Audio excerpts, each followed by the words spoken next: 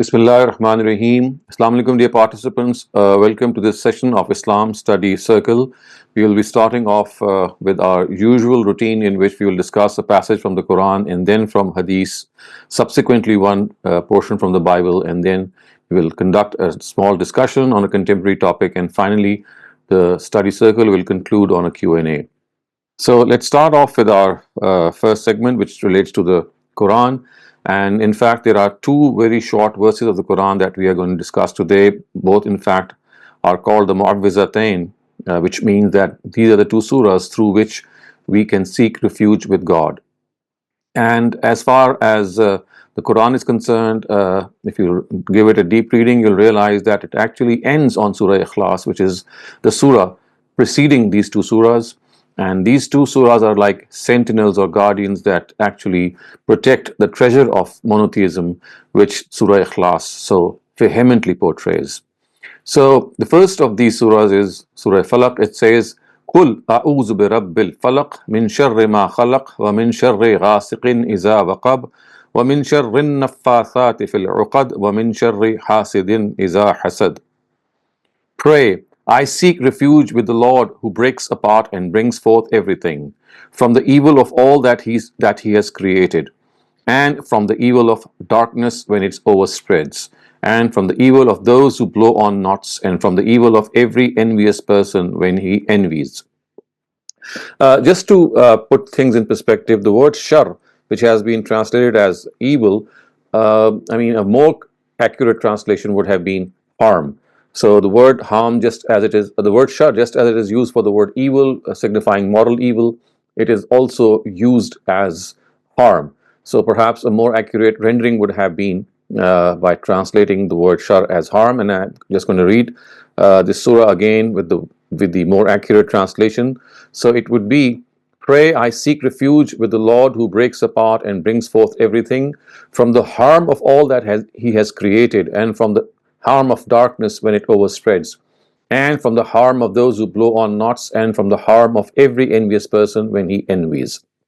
So, starting off, of course, this command of Qul has been stated to Prophet Muhammad, and it itself forms a letter of divine revelation. So, Gabriel telling the Prophet to say these words as a prayer to seek refuge with God. And the very first sentence says that I seek refuge with the Lord who breaks apart and brings forth everything. So the word Rabbil Falaq actually it translates that he is the one who brings everything into existence. So when he brings everything into existence, then obviously it is he to whom we should turn to if we find that there is something that we are not able to in any way solve or maybe respond to. And at the same time, it is also a general invocation or a dua or a supplication so that no harm comes to a person. And then it says, A'udhu bi Rabbil Falaq min sharri ma khalaq, from the harm of all that he has created. So of course, harm being created by God actually refers to the fact that these are like natural calamities that come our way. So, for example, disasters like earthquakes and cyclones and typhoons and floods. So, all these natural calamities are the ones from which we seek refuge.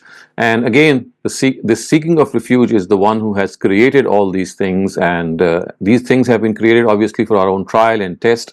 But at the same time, in order to be successful in this trial and test, we turn to God once again. So it says, وَمِن شَرِّ غَاسِقٍ إِذَا وَقَبَ, and also from the harm of the night or the darkness when it overspreads. Obviously, a lot of harm is concealed in darkness. A lot of things happen in darkness, robberies and rapes and all kinds of bad things. So because the darkness does tend to hide things, so it's a very good opportunity for people to inflict harm. So that is why it is being said that God, we seek refuge from the harm of the night or the darkness when it overspread. And then the next words are, and from the harm of those who blow on knots. Again, this is a way to cast a spell of magic or weave a spell of magic. This is how people would used to do and still do, that when they would try to use sorcery and witchcraft and magic to inflict some harm on people, they would tie some knots and they would start blowing upon them. So this was like making a situation more dramatic. And it also tells us that as far as magic and witchcraft and sorcery are concerned, they are occult disciplines. They are these black disciplines, as they call them. Occult sciences are also, which have been used more for harm than for good. I mean, it does seem that they are the remnants of the knowledge that was given to Harut and Marut, and they were given this knowledge in order to curb the tendencies of a lot of people in their times, in the times of Solomon actually, who had turned to magic and sorcery. So in order to circumvent and to counter this magic and witchcraft and sorcery in the times of Solomon, this special discipline was revealed to Harut and Marut, two angels. And after that, of course, that discipline, it seems to have been transferred through orality from one person to another, and a lot of contortions and distortions have taken place, and we now find a lot of innovations and polytheistic incantations being present in them. So the fact is that yes, these occult sciences do exist, and they do have this tendency of causing harm.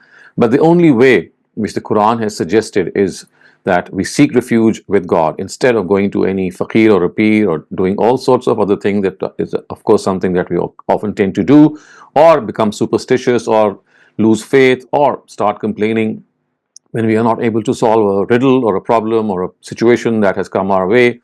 So the Quran says that all that you need to do is seek refuge with God.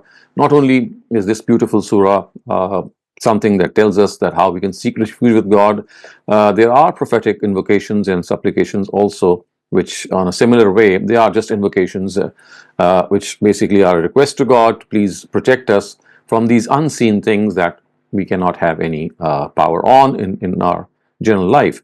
And finally, it is said, وَمِن شَرِّ حَاسِدٍ إِذَا حَسَدٍ, and from the harm of every envious person when he envies. Obviously, envy and jealousy is something which again tends to remain concealed many a time. And when a person is passing through these testing times, at times we do feel that there may be some people like who have started to or decided to bring us down in life, and more often than not, these are people who are jealous of positions and fame and whatnot. So basically, again, the Quran has said that instead of counter-attacking such people, or maybe countering such people, because they are not always in front of our eyes, they are all mostly hidden. So all that you need to do is protect, ask for this protection from God. And if you look at the occasion of revelation and the placement of these two surahs, we will also know that these surahs have a very special reference also. And it does seem that in the times of after migration in Medina, the Jews tried to cast a spell on the Prophet, and they tried their best, but it seems that they failed.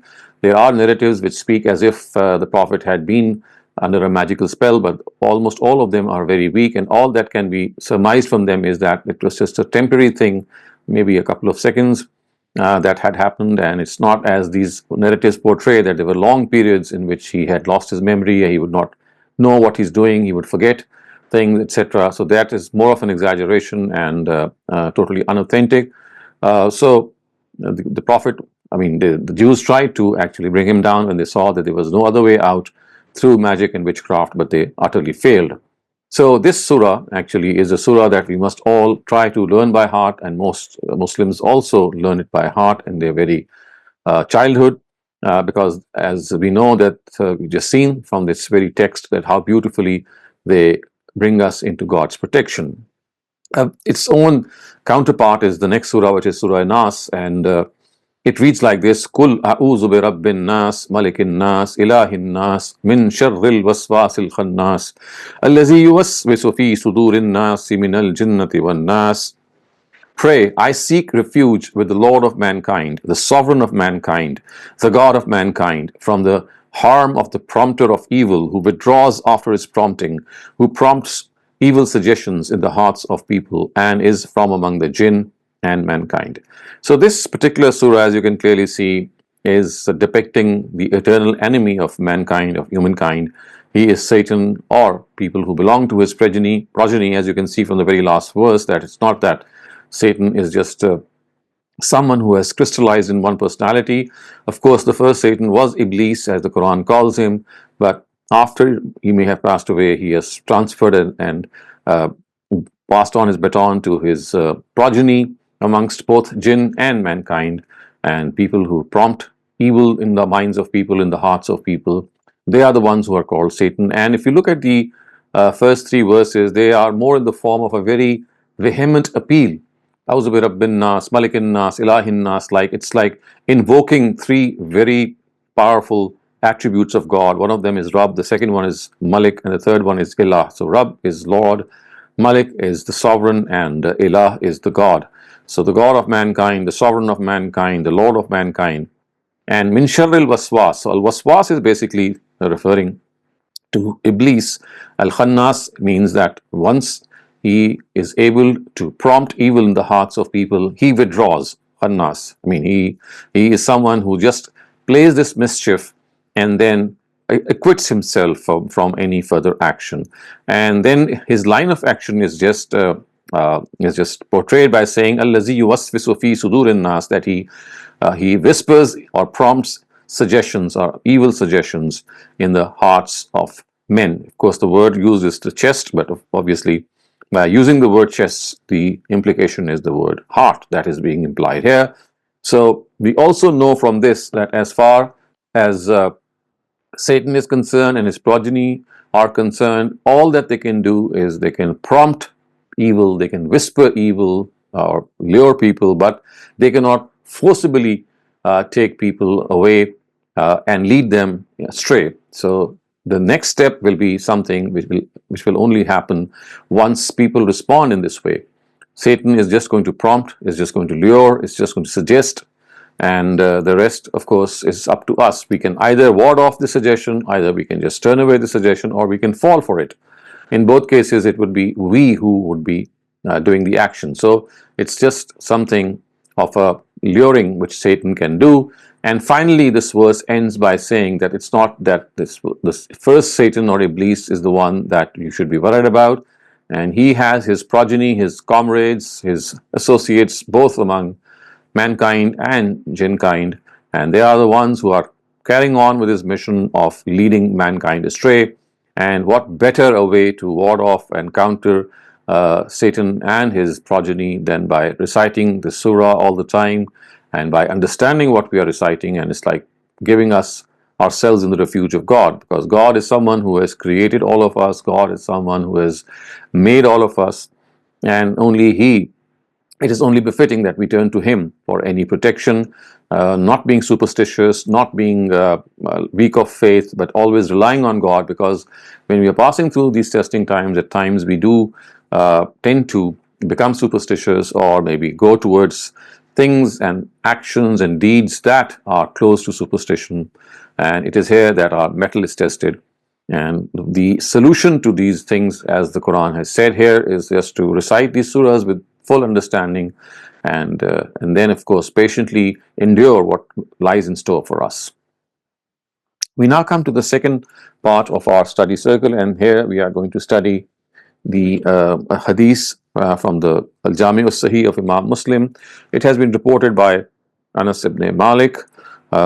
He says that three things, he reports from the Prophet, of course, the Messenger of God, and he says that he stated that three things follow a deceased in his funeral procession, and two of them return and one remains with him. His family, his wealth, and his deeds follow him. The family and wealth return, and he is left with the deeds only.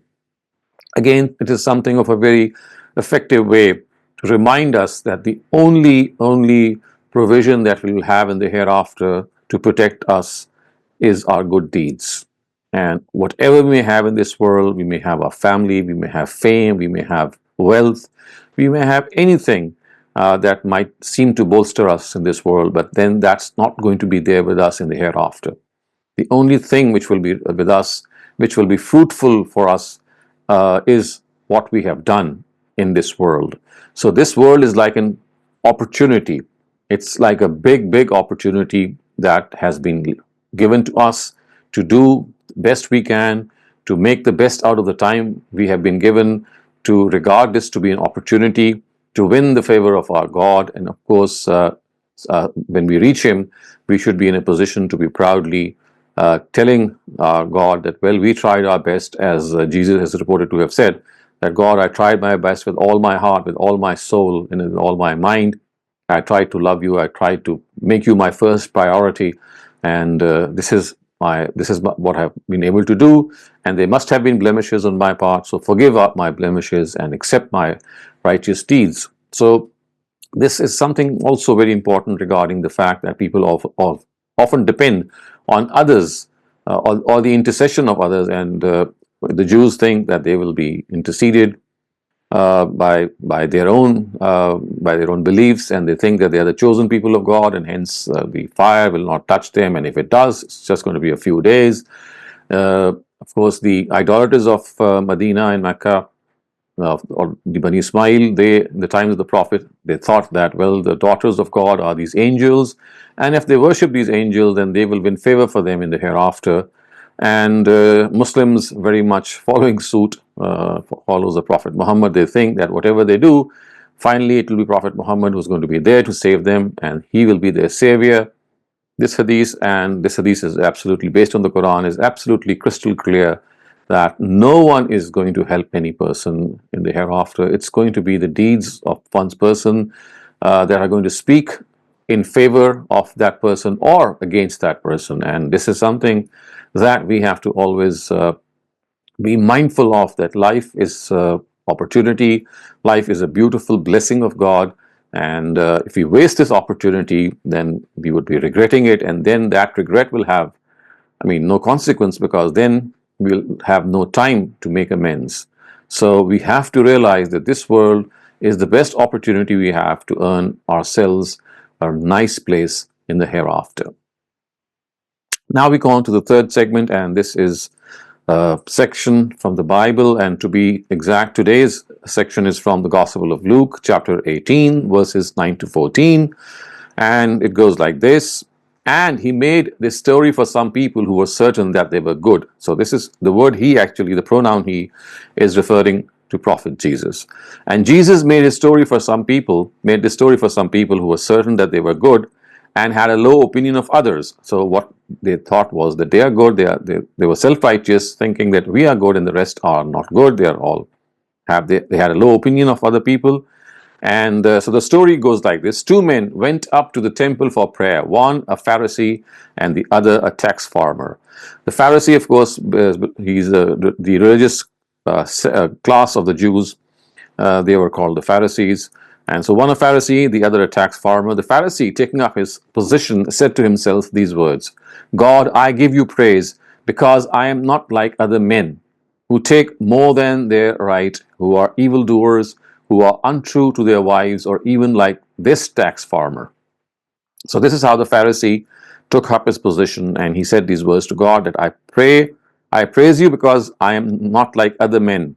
So he was trying to be cheeky, as you can say, and he was trying to make himself more prominent and saying that I'm not like other people who do this and this and this, and finally said, even like this tax farmer.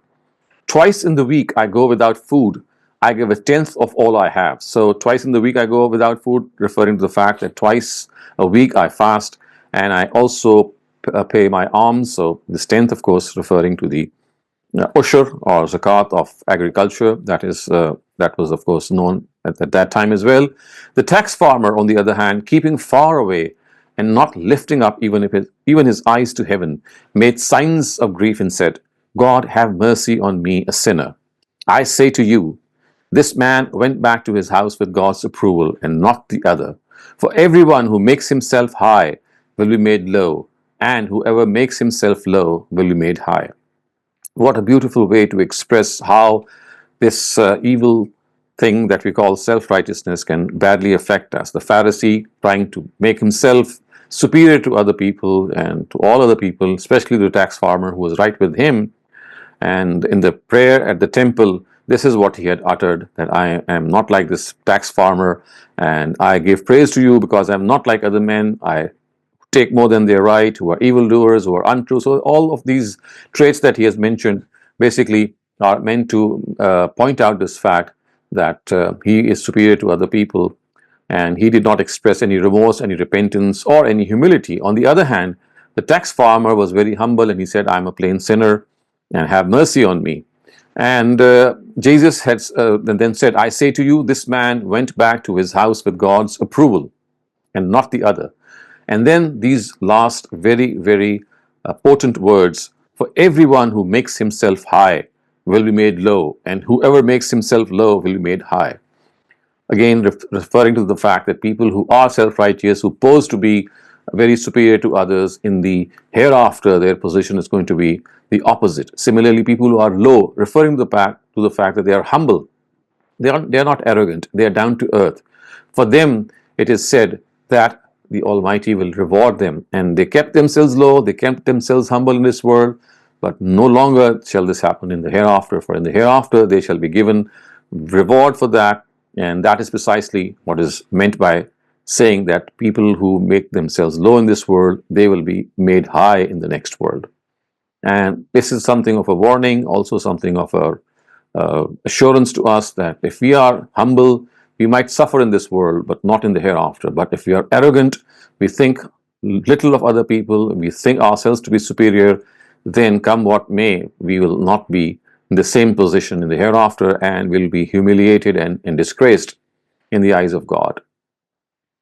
So with this, we come to an end to the third segment as well. Now we go on to the fourth segment, which is a moderated segment, and this is something that we are going to discuss today, and the discussion is going to be based on the input that our viewers and our participants today can give their own views. And everyone, of course, is required to pray. We all know that, but how can we become more regular in our prayers, and how can we always be mindful of the fact that the prayer is our first priority as soon as the time arrives? So any suggestions, any pointers in this regard would be very helpful. Now over to you, Mariam. Thank you very much. So one of the things that I've noticed that we stay regular is planning my day based on prayers. So if I know what I'm gonna be doing at like generally what Mm-hmm. the day, that helps me basically say like, okay, I will have this much time between this and this task to do my prayer. And there are times when I know that I have like meetings and like really long things that are going to keep me occupied between prayers. So I plan it so that I do Dhuhr and Asr Mm-hmm. together. Then Mm-hmm. Maghrib and Isha usually, but it's Dhuhr and Asr, which especially like Mm-hmm. nowadays in winter, they're so close together that Mm-hmm. sometimes you can end up one. So that's what helps Mm-hmm. me regular. And Right. also making sure that I have, Mm-hmm. like a sajad or something with me, so that if I need to pray, I can, Mm-hmm. usually in Right. my lab space, I can do that. Mm. Yes, I think this is a good suggestion. And I mean, as you said, you have to plan your day. Everyone knows what our day is going to look like tomorrow, I mean, by and large. So we can always predict, at least to some extent, where we would be when the times of these prayers arrive. And normally in the Fajr and the Isha, these are stationed prayers. Mostly we are at home. So it's basically Zuhr, Asr, and Maghrib, for which we have to be careful. And as you have said, that when there is a chance that you might get some of the prayers missed because of your routine, like maybe your studies, maybe your like, it could be any engagement that is not allowing you to pray. Like for example, it could be a doctor conducting a large surgery or a long surgery. It could be something similar. It could be an exam that you are giving. So in such instances, we have the option to combine prayers. The Zuhr and the Asr prayer can be combined at either time, and the Maghrib and the Isha can be combined at either time for any legitimate reason. So yes, this is a very good suggestion, Mariam, that you have given. Maybe a thing that I'd like to add here is that one of the things that can make us more punctual in our prayers is that as soon as the time of the prayer arrives, I think this should be our first priority, that I'll try and fulfill my obligation to God. Yes, at times you're not immediately able to fulfill it, but that's not what I'm talking here. What I'm saying is that whenever we have the opportunity, let's not procrastinate, let's not delay when we have the opportunity and the time has come, then instead of thinking, well, the time is still there, I can still offer my prayer, I dilly-dally a little. So instead of doing that, the best thing would be that you, uh, in all circumstances, you take the initiative of praying immediately. And as I said, that if this is something that's not possible, the times, then the prayers can be combined. And another thing that that might be of use to our listeners and our viewers here is that the Quran has even said that when you are walking or when you are on a transport and the time of prayer has arrived, then you can pray even while walking, and you can pray while on a means of transport as well. Of course, in that case, there would be a compromised position. In such case, you would not be required to face the Kaaba, and other gestures of the prayer would also be done in accordance with the situation that you are in. But that is another thing that can make you regular by knowing that you can even pray while you're walking and while you're riding, or maybe on a bus or a car or an airplane or a ship or whatever the means of transport. Thank you very much, Dr. Saleem. Love to hear more from our participants. Any additional tips or anything that you like to do that helps you, not just stay regular, but also makes it easier for you to get your prayers done? So, for example, for me, if I'm really hungry or I need to use the toilet, like I go take care of those things first so that I am not thinking of food all the time while I'm praying. So concentration is another thing. I mean, besides being regular, I mean, regularity is just one thing. So if you would like to add this to our discussion, that how can we be more attentive in our prayers, then I would suggest that yes, if there is any pressing need, we should first fulfill that need and then pray, because then we will be more focused on our prayers. And needless to say that whatever we pray, we should know what we are praying. And I've said this before, I'm going to say it again, that there are just 5 instances in the prayer that need to be said in the Arabic language, and hence if that language is alien, those are the only 5 instances for which you have to know the translation. Otherwise, at all other occasions and postures in the prayer, you can utter in your own language, and it's not being prescribed what you utter. You can say anything that glorifies God, that seeks forgiveness from God, and that expresses gratitude to God. So those 5 utterances that have to be in Arabic at all cost. The first is Allahu Akbar. Whenever it is said, must be said in Arabic. The second is Surah Fatiha. It has to be said in Arabic. The third is the surah that we recite after Surah Fatiha. Obviously, that's a surah from the Quran, and that has to be in Arabic. The fourth is Sami Allahu liman hamida. So this is something that we say when we stand up from our kneeling position, and it actually means that God heard the prayer of that person who showed gratitude to him. And that is why in response we say Rabbana lakal hamd, which means, God, I express my gratitude to you. So this second part of course can be said in the way I have just said it, or in our own language. So the third or the fourth, I would this was the fourth one, Sami Allahu liman hamida, and the fifth one is Assalamu alaikum wa rahmatullah when we end the prayer. So other than that, when we are kneeling, when we are prostrating, when we have just started the prayer, when we are in the sitting position, when we are between the prostrations, all these occasions are ones in which we can speak to God in our own language. And I mean, it's not the translation of what is prescribed in these postures is to be said. No, anything that comes to your mind in the form of a dua, an invocation, it could be thanking God, it could be seeking His forgiveness, it could be just talking to Him in the way that we express ourselves to Him. So all these utterances, they are available to us. So this shows that our concentration in the prayer can be even more potent. It would be even more directed when we know that we are speaking in our own language. And it seems that this prayer has been made an amalgam of the Arabic language and the language of our own choice, so that on the one hand, there's unity amongst Muslims wherever they go, because these are the 5 areas in which if you pray in congregation, they're always said loud. And the rest, of course, is something that is said in our own hearts, or the way we try to read them in our own minds. So in that case, you have the leverage as well. So this makes you even more concentrated on the prayer. And one more thing that might also add to this concentration is the fact that we should know that why at all are we praying? I mean, what is the the reason that we are praying. So basically, the Quran has outlined this reason by saying, "Aqimis salat li zikri," that you have to adhere to the prayer in order to remember me. In order to remember me, what does that mean? It means that to remember Him as the person who has created us, as the person who is our benevolent creator, as the person who has given us so many things in this world that we need to be thankful to Him about, and by remembering Him. So, if we know the philosophy of the prayer, if we know that why at all we are praying, then it will become even more involving and even more interesting, because thanking God for His favors is something that should always come naturally to us. Just as in this world, when we receive a favor or a gift or a present for someone, we immediately try to thank that person. In fact, we try to repay that favor. But God's favors cannot be repaid. The huge amount of favors that He has done to us and He's keeping on doing to us is something that we can never repay. So one way is to express our gratitude through the prayer, and obviously by sharing our blessings as well.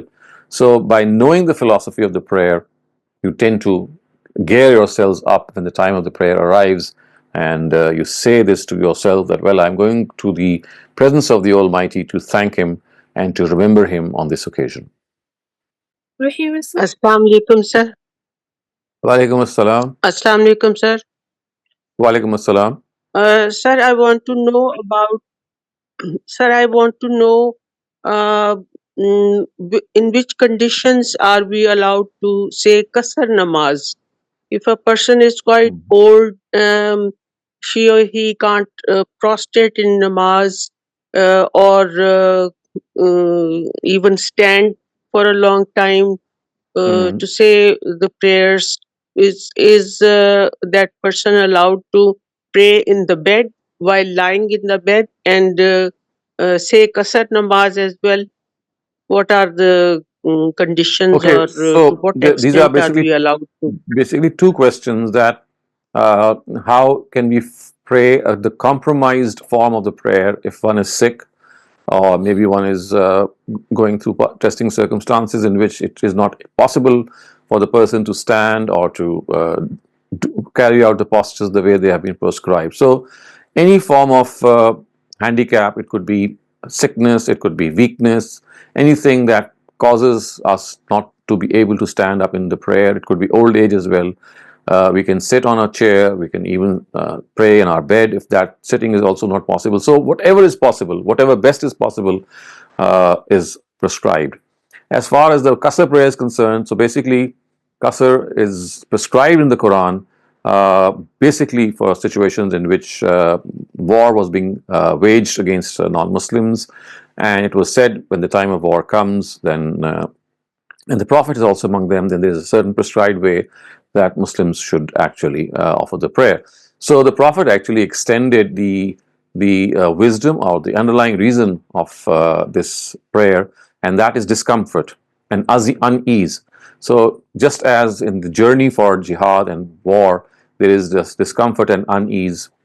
So any other journey in which there is discomfort and unease, or any other situation, in fact, also can warrant that in which it's not possible for you to pray the full namaz or the full prayer, then you can offer the Qasr prayer, but there has to be some legitimate reason.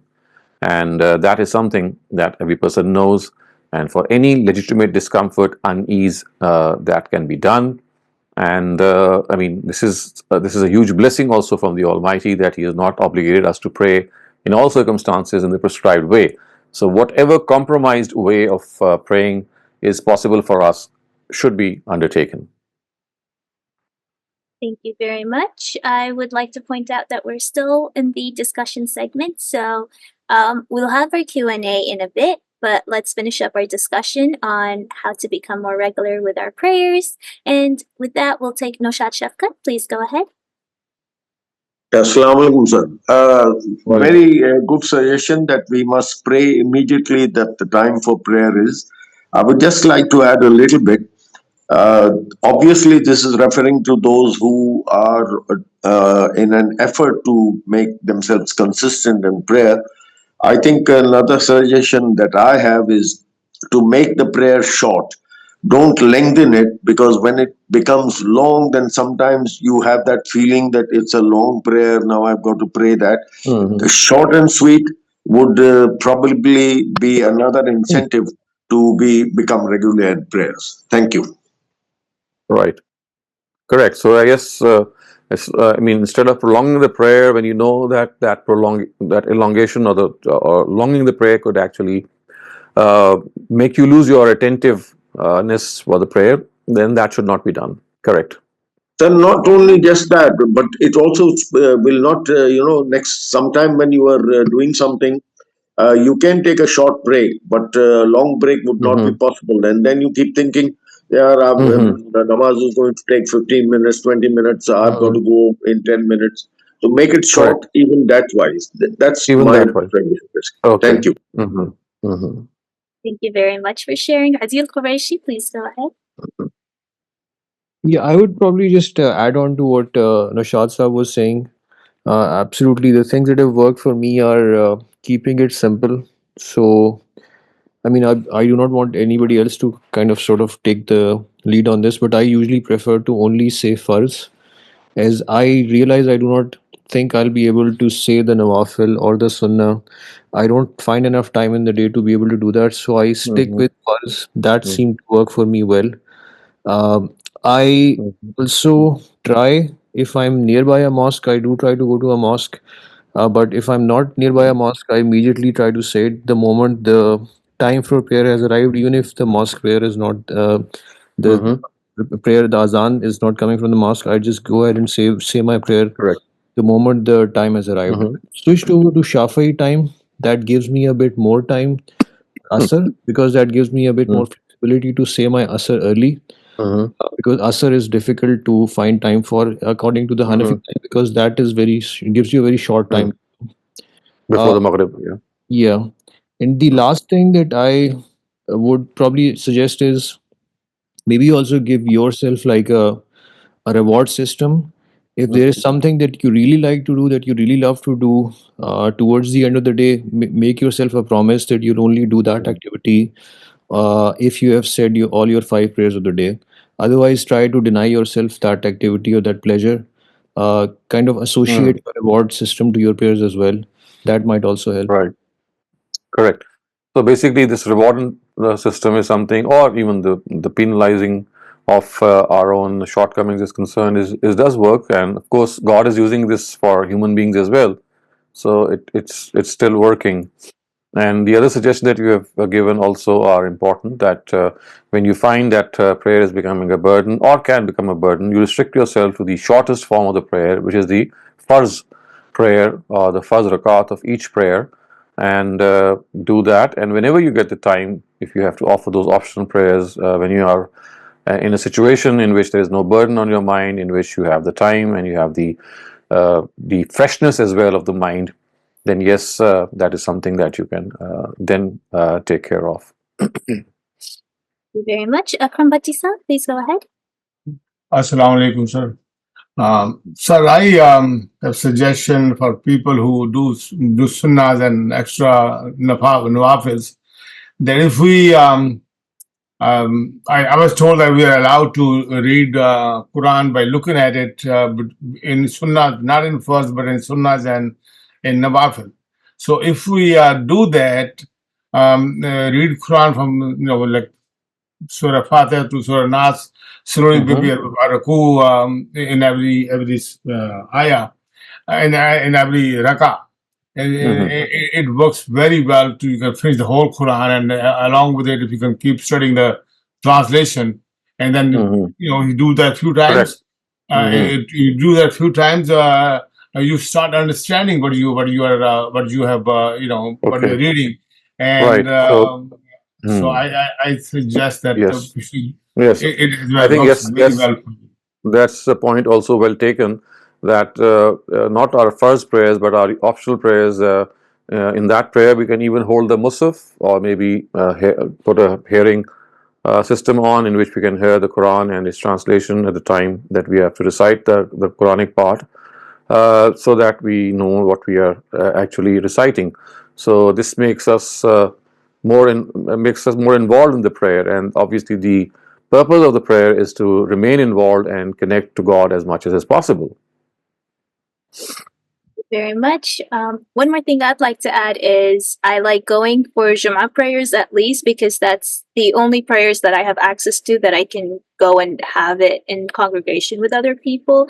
But I really like doing that because Mm-hmm. that motivates me, and it reminds me that look, there are so many other Muslims. So around me. You don't get to see Mm. Muslims that often here, but when you do, then it's like, a reward, and it's like a reminder that, hey, there are other Mm. people that are doing the Of same thing course. as you, and it's Yes. nice.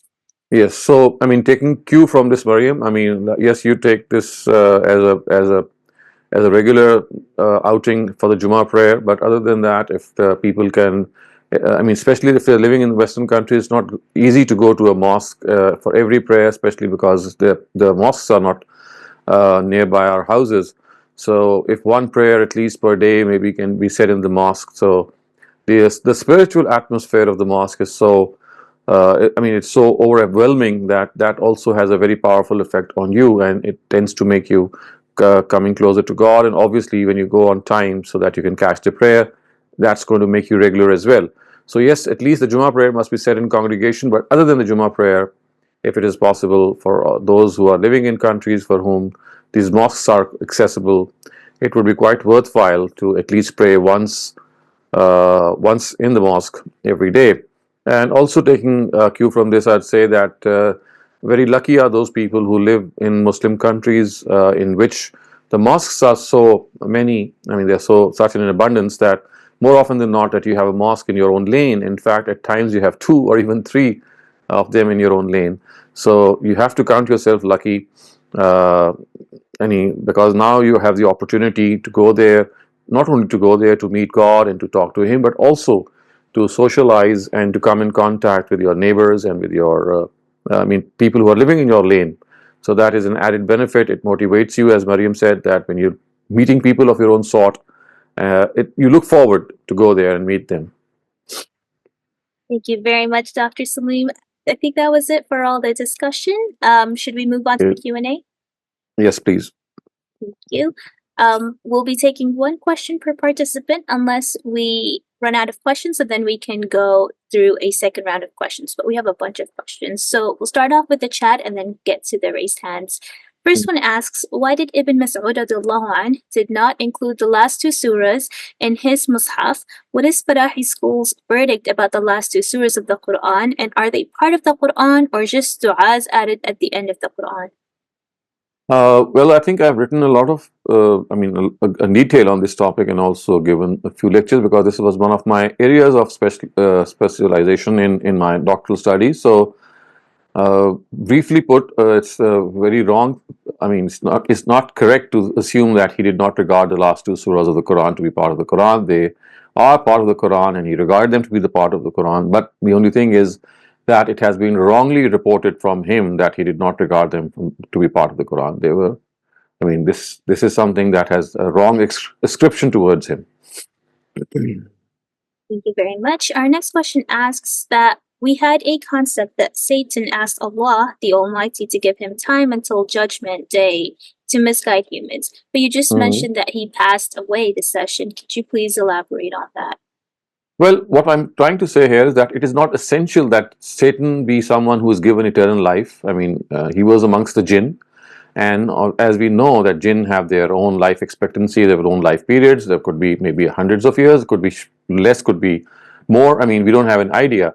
But it is not essential to assume that he is still alive and he is, up and running, as so to speak, because because we belong to the jinn kind. So obviously they have their own ages and their own lifespans. What is being said here is that Satan has his accomplices as well. And that is precisely what was suggested in the last verse of the Quran, the last surah of the Quran as well. It says, Min al jinnati wan nas, that this prompter of evil, this person who suggests evil in your mind, in your heart, is someone who belongs both to jinn kind and mankind. So it's like these accomplices of Satan who are there, who are carrying on with this mission. So what I'm saying is that it is not essential to assume that the original Satan or the first Satan, who's called Iblis, is still living. He could have done his job and passed away, and he's just passed on his mission to his progeny. Thank you very much for that explanation, Dr. Saleem. The next question asks, in a surah, it's mentioned that you can have food with your friends or allies together or separate. So they're Yes. asking that, is the ayah referring to the same gender or opposite gender? And is it stating the permissibility of having food referring to only food, eating food together, or you could also have a casual, decent gathering? I mean, it's absolutely not a problem to have a casual, decent gathering. And the Quran is saying that in that surah that the restrictions that are being imposed on the believers are just for their own self-purification, in which if they want, they can sit together and eat. If they want, they can sit apart and eat. There is no restriction. So basically, the style of the Quran is that don't think that by imposing these restrictions that you have to guard your gaze and you must not display your finery and that you must wear decent clothes. This should not lead you to segregate yourselves. So the Quran is in fact stopping you from segregating yourselves. So it says that whether you eat in private, confined in a confined way, or with some friends, it's not a problem. There's not a problem whether you eat in front of people amongst friends or you eat separately. Don't think that these restrictions are being imposed to curb your freedom. So that is what the Quran has said.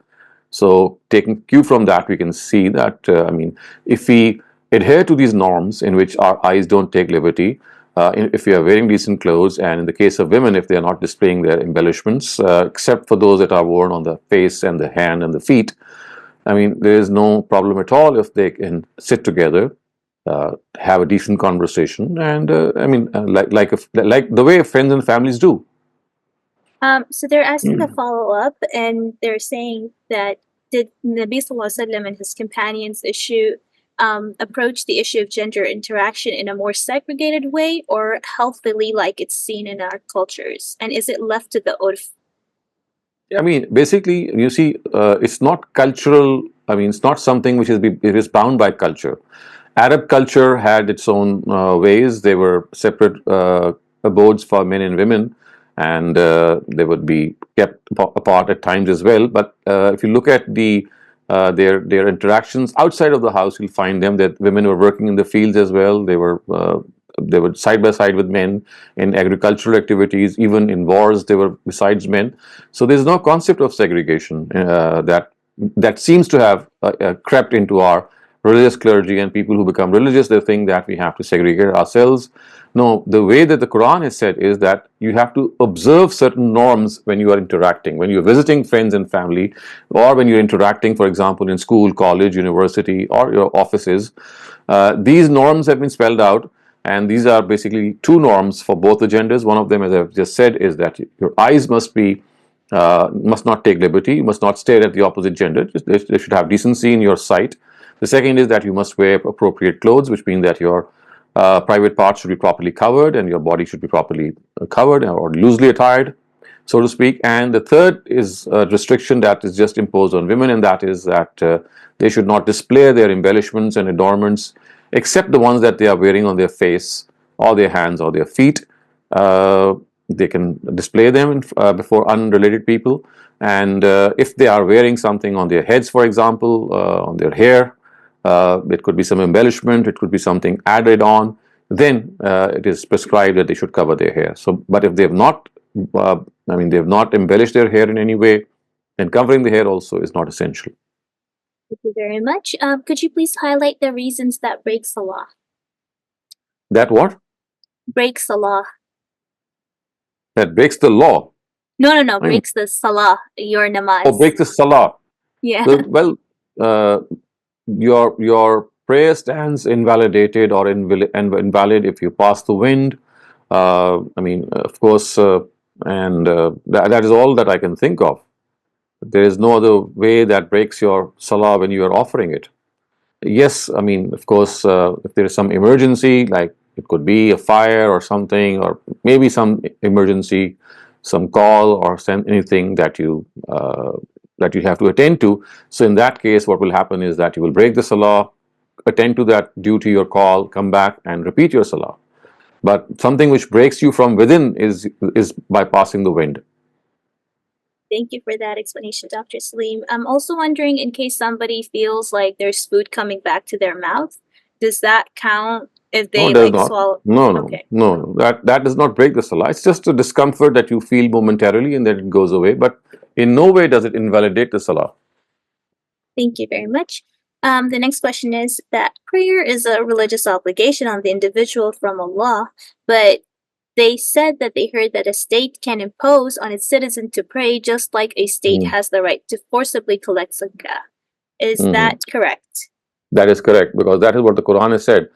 فَإِن تَابُوا وَقَامُوا الصَّلَاةَ وَآتُوا الزَّكَاةَ فَخَلُّوا سَبِيلَهُم. This is what it said to the mushrikun of the Prophet's times, that if they give up their un-Islamic beliefs, their paganism or their polytheism, and then they prescribe, they adhere to the salah and to the zakah, then that is something that in that case you cannot tamper with them in any way.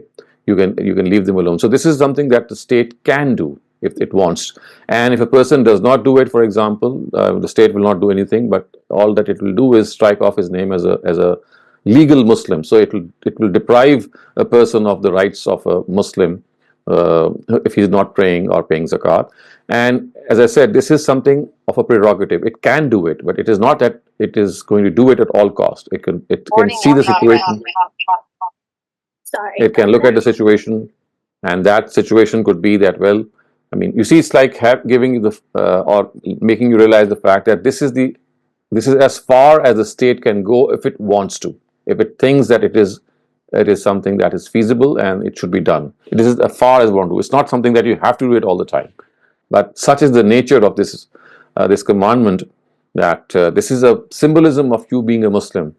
And if you don't go, if you don't pray or fast, it's not that you will be punished, or that the fact that you will be given any worldly penalization for that. All that will be done is that you will be stripped from the legal status of being a Muslim citizen. Thank you very much, Dr. Saleem. The next question asks, why would a small child in Gaza who's lost his or her parents and lost their limbs, eyes, and then loved ones thank God in the form of prayer?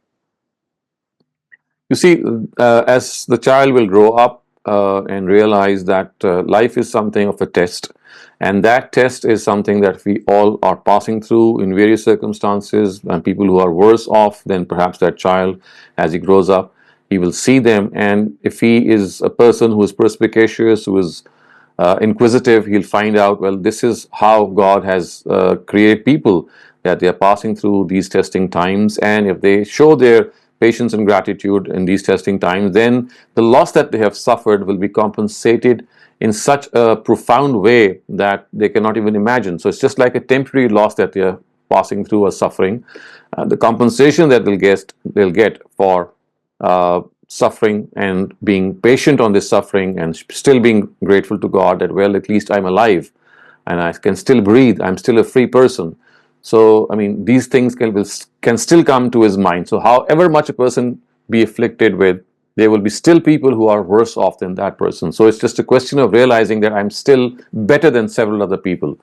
And also realizing that this world is not a place of reward and punishment. It's a place in which your mettle is to be tested.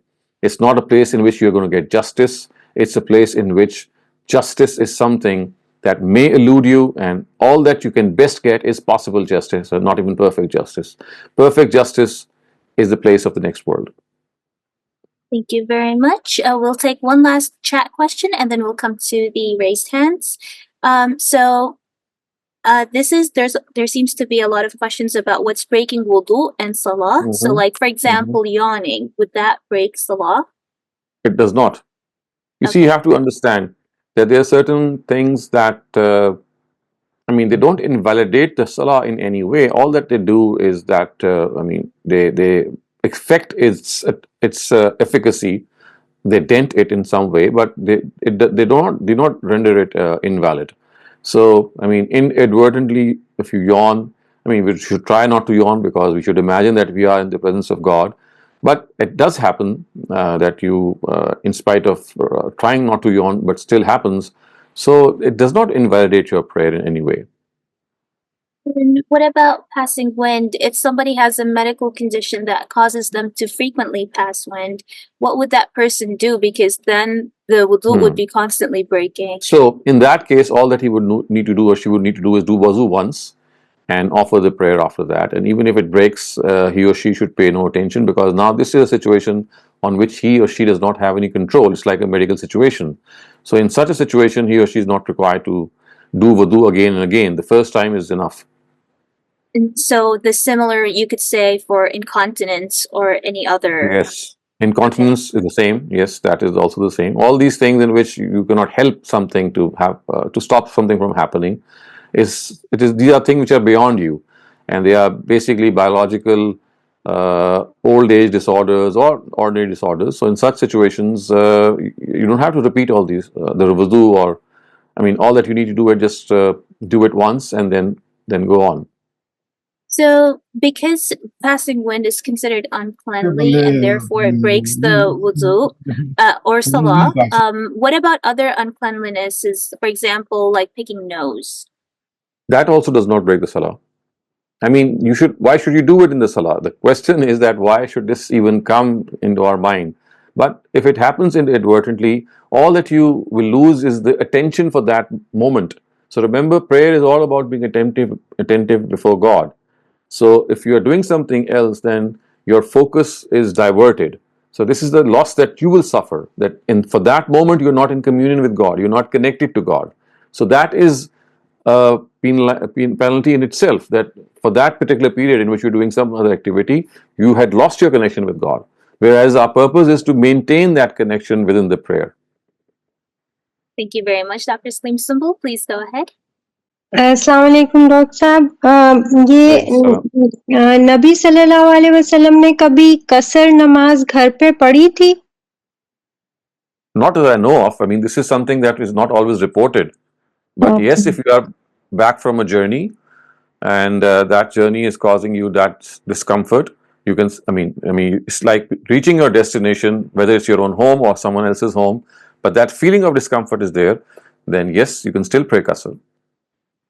जैसे अगर कभी आप किसी gatherings में हो और शोर हो रहा है और आपको पता है कि आप घर पहुंचोगे तो आप बहुत सोए हुए होगे, तो आप उधर नमाज पढ़े हो एंड नमाज पढ़ने से पहले आप सोच लेते हो कि अच्छा ओके आई विल डू कसर, सो क्योंकि I mean, बहुत as I शोर है. said, this is something of a decision that you have to take yourself. The thing is that there has to be some legitimate excuse, and that has to be justified before God. So if you think that it's too much of an ask of that concentration, if you want to pray the full prayer, then yes, this is one option. But as I said, I mean, it's like a situation in which you have to justify whatever shortening you do, and if your own conscience and if your situation is such, then yes, that can be done. I mean, it's a possibility. It's not something of a obligation, but yes, a possibility. Okay. Thank you very much. Muhammad Qasim, please go ahead. Sir, Gandhi साहब की बहुत सारी बातें सुनने के बाद एक understanding develop हुई, शायद वो अंडरस्टैंडिंग ही गलत हो। सर, वो समझे ये है कि दीन के जो बेसिक प्रिंसिपल्स है, जिसकी बुनियाद पर दीन एकदम बेसिक से बुनियाद से लेके पूरा अपने ब्रांचेस तक एक्सप्लेन होगा, ये दीन के अंदर बिखरे हुए हैं और बहुत बाद में अहले इल्म आए जिन्होंने इसको मुनज़्ज़म तरीके से जमा किया और पूरी दीन को कलेक्टिवली एक्सप्लेन किया। गांधी साहब ने जो पहला मिसाल दिया वो 5वीं सदी हिजरी के इमाम गजाली का एग्जाम्पल दिया, फिर इमाम इब्न तैमिया, फिर इमाम शाह वलीउल्लाह। और तो मेरा सवाल बेसिकली ये है कि ये तो बहुत बुनियादी चीज है कि मुनज़्ज़म तरीके से किसी भी चीज का एकदम प्रिंसिपल एकदम शुरुआत में ही हो, ठीक है? ये तो जो मतलब दीन के जो बेसिक प्रिंसिपल से पूरे दीन को एक्सप्लेन करना है, ये जो एकदम ये मुनज़्ज़म तरीके से तो दीन की बिल्कुल शुरुआत में होना चाहिए था। बाद में इमाम गजाली साहब या इब्न तैमिया साहब या शाह वलीउल्लाह साहब या गामिदी साहब बाद में आके ये प्रिंसिपल्स को बिखरे हुए प्रिंसिपल्स को जमा क्यों कर रहे हैं? ये तो बिल्कुल शुरुआत में होना चाहिए था। Thank you sir. जी, तो ऐसा नहीं हो रहा जैसे आपने सोचा है या मेरे ख्याल आपने समझा है।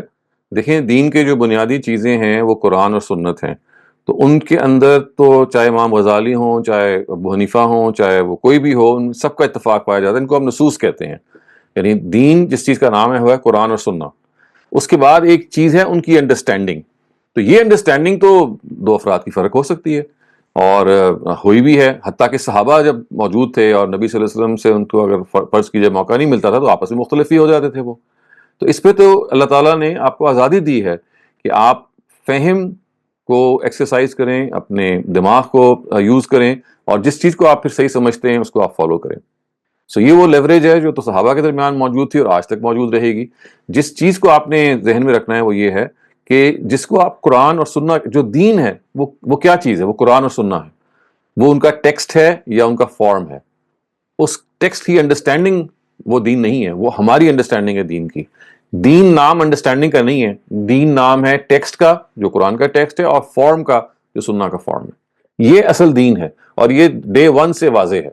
لیکن ایک اس کی ہے انٹرپریٹیشن, اس کی انڈرسٹینڈنگ, وہ ڈے ون سے لے کے آج تک مختلف ہی ہو رہی ہے.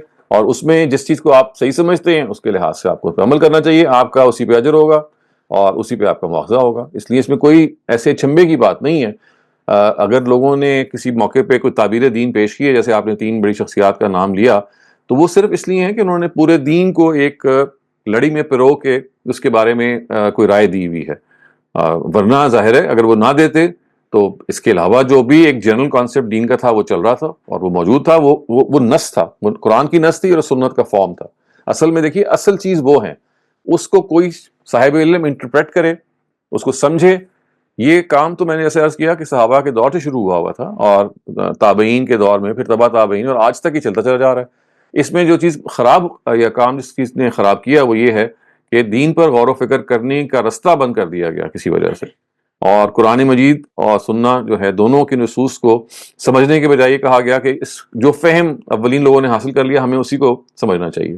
مسئلہ یہاں پیدا ہوا ہے.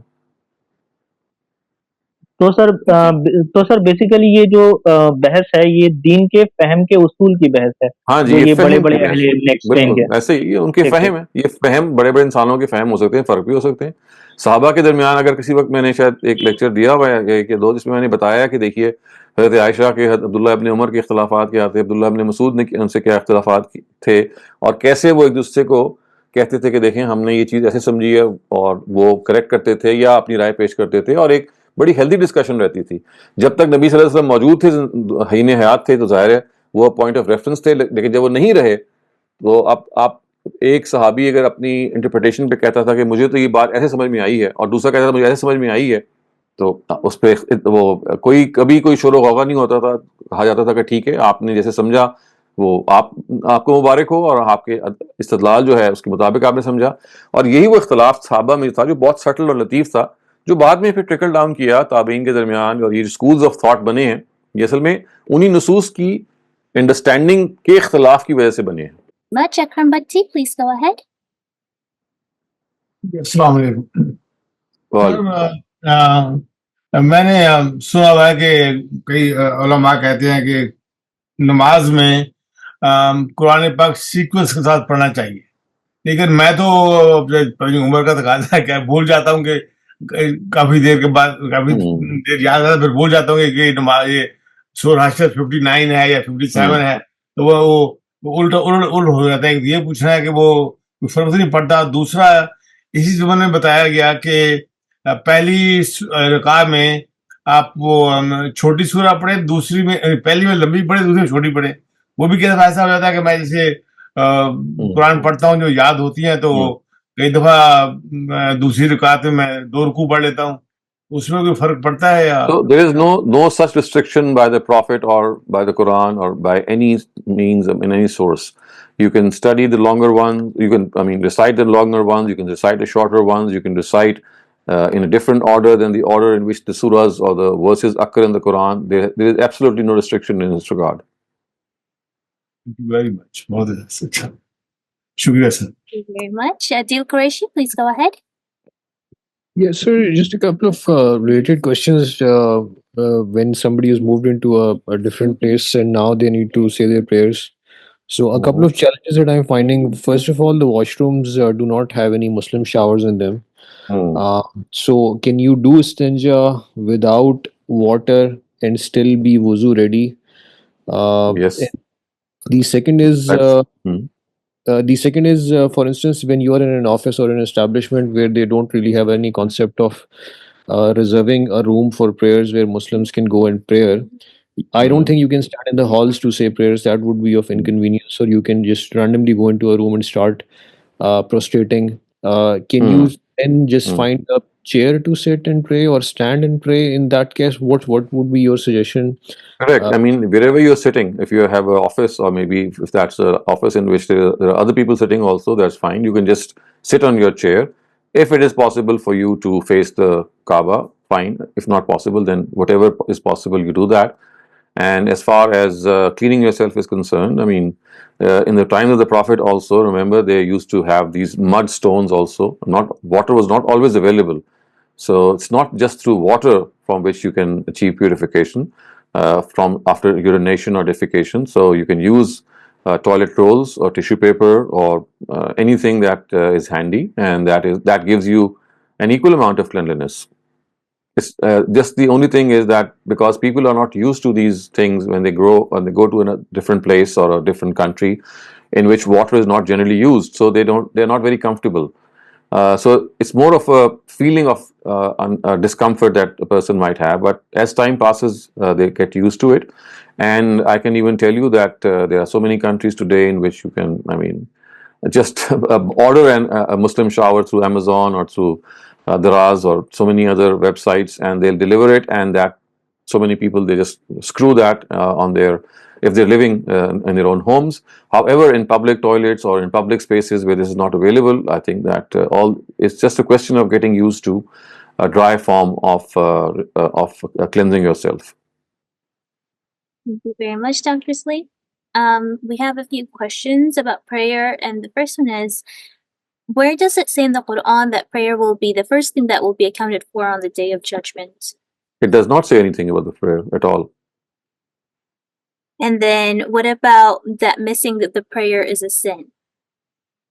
I mean, this is a common sense thing. Meaning, the prayer is not something which is mentioned as originally in the Quran. The Quran tells you that missing a prayer is something that is against. I mean, discipline is against the law.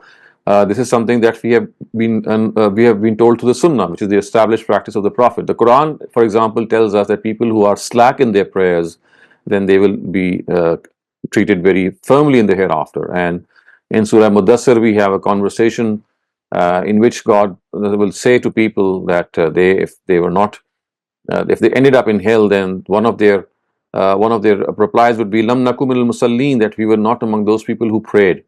So that is something which the Quran mentioned in this regard. Otherwise, I mean, when the prayers have been made mandatory upon you, then that mandatory nature tells us that why should we go against this mandatory that has been given to us. So this mandate is that we have to pray 5 times. So it automatically means that if we miss a prayer without any reason, then it is a grave thing. So that's how you should understand the issue of prayer. What about the spiritual benefits that come from going to the mosque? Is that something that's mentioned in the Quran? No, that is not mentioned in the Quran because this is not the topic of the Quran. The Quran, I mean, the prayer is something that preposed the Quran. It was something that started much before the Quran, in the times of Prophet Abraham. In fact, even before him, all prophets of God have been praying.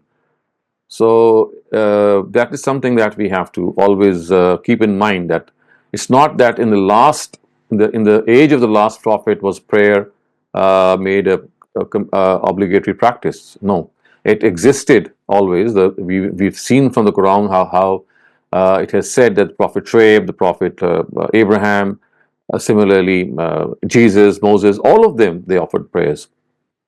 Then what about Qadha Umri? Is it compulsory to pray that for all the missed prayers in one's life? And how do you compensate So for again, it? this is something which the Prophet has never been asked of, and so therefore there have been various schools of thought regarding the fact that if you come to praying after a long time in your life, maybe let's say 20-30 years, that you were careless, you were indifferent to the prayer. Now suddenly you realize at the age of 40 or 50 that I have missed a lot of prayers, and what should I do? So there's nothing in the Quran or the Hadith which states any any compensation for this. So our scholars are divided on this opinion, and so one group of the scholars say that if the number of the prayers is so much that it's virtually impossible to cover them, all that you need to do is just repent before God, say sorry to Him, apologize to Him, and start afresh. Another group says that uh, which is something which is it seems to be more plausible, that if there are a large number of prayers that you have missed, so when you are praying, when you started to pray and you pray those nafils and the sunnahs also besides the farz prayer, so whilst praying the farz and the nafil prayers, you should just make this intention that these are the prayers that I am offering in lieu of the missed prayers, or these are the missed prayers that should be counted in my account.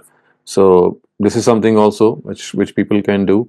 So I think that it's something of a, I mean, they should make up their mind in their own sense and regard that if the number of prayers is too much, I mean, it's just like saying sorry to God and starting afresh. And a more cautious approach would be that you pray whenever you pray besides the farz rakat, you pray the sunnah and the nafil.